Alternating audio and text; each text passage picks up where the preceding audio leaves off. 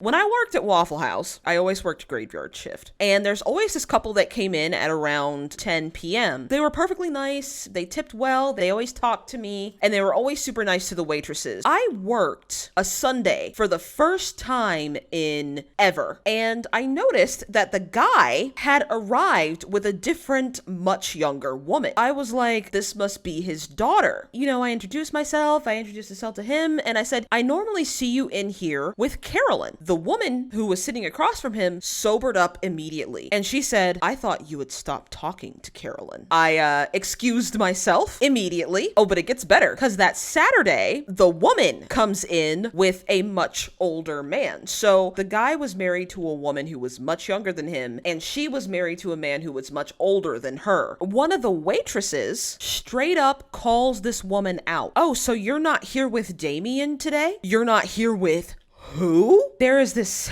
very loud fight that goes all the way out into the parking lot. The guy's wife was out there in the parking lot already. She had been watching them, waiting for them to come out into the parking lot. The woman spills out of the car and she just starts screaming. I don't know who threw the first punch. I can tell you that Carolyn went down first, and one of the waitresses was like, oh my God, stop it, and like trying to pull them off of each other. They were cheating on both of their spouses with each other. Apparently they were co-workers. The guy, he just left. He left both women fighting in the parking lot. He just drove away. Oh, but it gets better. It gets better because a couple of years after that, I started working at a craft store. And it was one of those old-fashioned craft stores. It wasn't a Michael's. I saw that very same couple again. That aisle had a bunch of wedding stuff in it, including a lot of David Tutera stuff. I find a familiar face, and it's Carolyn. And she is looking at this very pretty tiara. She says, oh, honey, come over here. Do you like this? And it's the guy who I'm just gonna call Damien.